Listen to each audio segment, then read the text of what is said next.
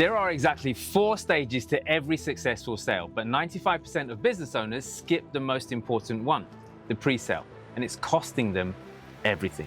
You see, most people think selling starts when you get on the call with a prospect. Dead wrong.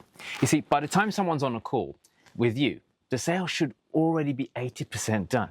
And if you're not doing this correctly, you're leaving millions on the table, my friends. Now look, I learned this the hard way. In July 2009, I was fired from my psychiatric nursing job.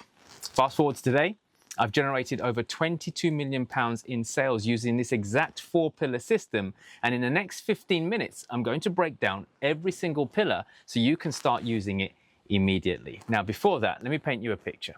It's July 2009, and I'm sitting in Caroline Sweeney's office. She's the hospital manager with blonde bobbed hair, and she had these glasses on that when she looked down at you, she made you feel about this big. Jessen, you're doing awfully well here at the hospital. However, we're going to have to let you go. Now look, if I was a patient there, being let go would have been brilliant. But I was a psychiatric nurse, and I'd just been fired. And here's the thing. I was the youngest ward manager in the UK at only 27 years old. I made my employer over £6.5 million in 2 years selling beds to the National Health Service. But when the economy crashed, they decided it was cheaper to let me go than to keep me on. And in that moment, it taught me something very, very crucial.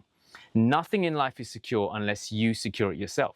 And the only way to secure yourself is to master the art of selling. Whether that's selling your products, selling your services, or even selling yourself to keep your job, it's about learning how to sell. So after getting fired, I had a choice. Go and get another job and put my life in the hands of someone else again, or figure out how to sell my way to freedom. And yes, of course, I chose freedom. And through trial and error and a lot of studying human psychology from my nursing background, I developed what I call the rapid sales formula. And this isn't theory. This is the exact system that I used. That it took me from being a fired nurse to financially free at the age of 31 and a millionaire just 2 years later. And here's what most people get wrong. They think selling is about the conversation that you have with the prospect, right? But that's only pillar 2 in my system. There's 3 other pillars, which in my opinion are way more important than the conversation itself. Now let me break down all 4 pillars for you right now. Pillar 1, the pre-sale. This is where 95% of people fail before they even begin. The pre-sale isn't about the prospect, it's about you, my friend. First, your own mindset. If you go into a sales conversation thinking, I don't want to be pushy, I don't want to be sleazy, your unconscious mind will actually sabotage you. You'll look for any little sign that you're being pushy and sleazy that will make you back off when you should actually be closing. And here's the mindset shift that changed everything for me. Don't sell to people, help them to buy. There's a massive difference. You see, when you help someone to buy, you're helping them make an informed choice, just like I did as a nurse, helping patients choose their treatment. Now, second thing is you must know your avatar, who you're selling to. Stop trying to sell to anyone who has a pulse and a checkbook, please. I see business owners doing this all the time, jumping on calls with people who can't afford their services, don't need their services, or they're not even ready to buy. And that's not sales, that's hope. Now, the third thing is qualification criteria. Before anyone gets on a call with me, they have to meet specific criteria.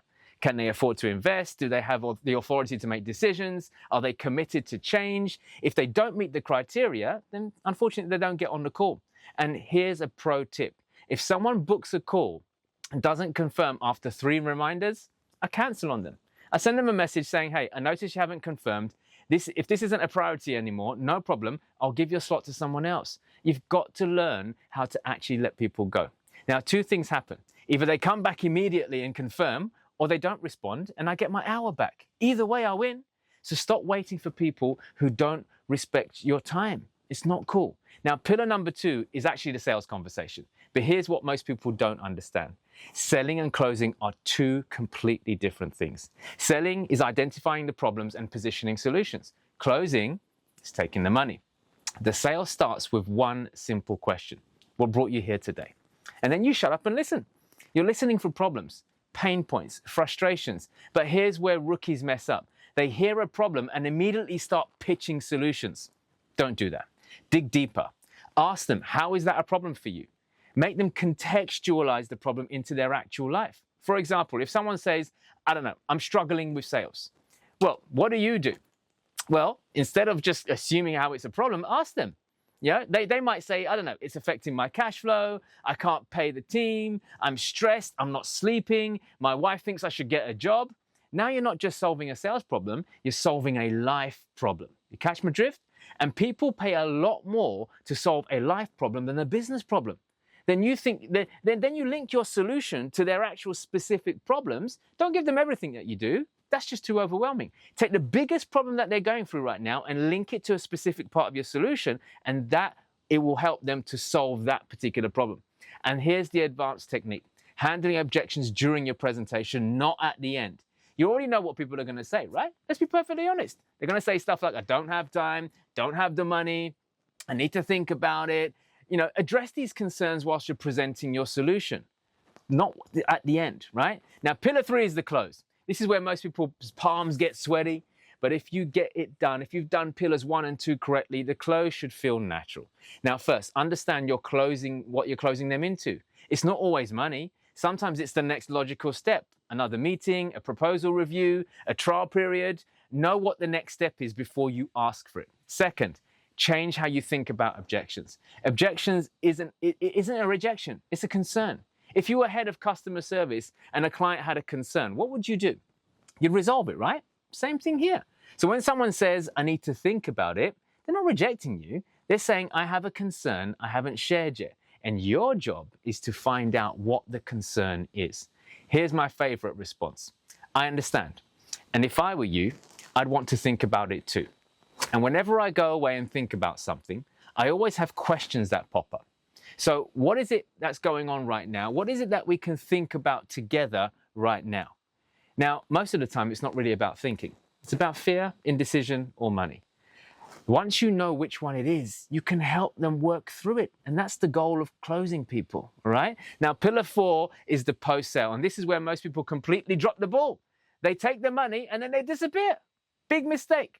When someone invests in themselves, especially a significant amount, they often feel buyer's remorse. They think, should I have done that? Should I have kept my money for my kids' education? Should I have saved it for a holiday? Your job at this stage is to congratulate them immediately, like saying something like, well done. You've just made one of the best decisions you'll ever make. Your future self will thank you for this. Now, could you do something tonight to celebrate, my friend? You've got to let them feel like it's a great decision. Then walk them through exactly what happens next, step by step. People hate uncertainty. Tell them that they're going to get their login details. Tell them what the first module covers or when your team's going to call them. This isn't just good customer service, it's good business. Happy clients become repeat clients and referral sources. The post-sale is where you turn a transaction into a relationship. So there you have it, my friends. The 4-pillar sales system, my rapid sales formula that took me from fired nurse to millions in sales. Pre-sale, sale, close, post-sale. Master these 4 pillars and you'll never struggle with sales again. But here's the thing, knowing the system and implementing it are 2 different things. You need specific scripts. You need the objection handlers, the psychological techniques that make this work in the real world. And that's exactly what I teach on my Closing Incubator program. It's a 12-week intensive working one-to-one with me where I take you through every aspect of this system with live coaching, role play sessions, and real-world implementation. I've used this system to generate over 22 million in sales. My clients have generated over 200 million using these same exact methods, and I want to teach it to you. So look, if you're serious about mastering sales, comment sales below, and I'll send you the complete breakdown of my 4-pillar system, plus some bonuses such as objection handling scripts that you can use immediately. And if you want to work with me directly, I'd love to. And if you want to complete the system with live coaching and support, then let's have a conversation, because conversations cost nothing, right? Now remember, look, nothing in life is secure unless you secure it yourself, my friends. So comment sales down below and let's secure your future together. I'll see you on the next video.